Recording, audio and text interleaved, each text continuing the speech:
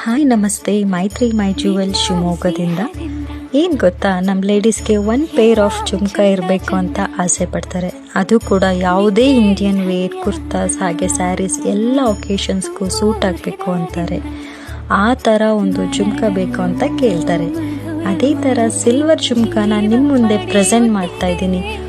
ಒಂದು ಸಾರಿ ನೀವು ಕೂಡ ಸ್ಟೋರ್ಗೆ ಬಂದು ವಿಸಿಟ್ ಮಾಡಿ, ಟ್ರೈ ಮಾಡಿ ಈ ಎಲಿಗೆಂಟ್ ಕಲೆಕ್ಷನ್ಸ್ನ. ಇಷ್ಟ ಆದರೆ ಬೈ ಮಾಡಿ. Thank you.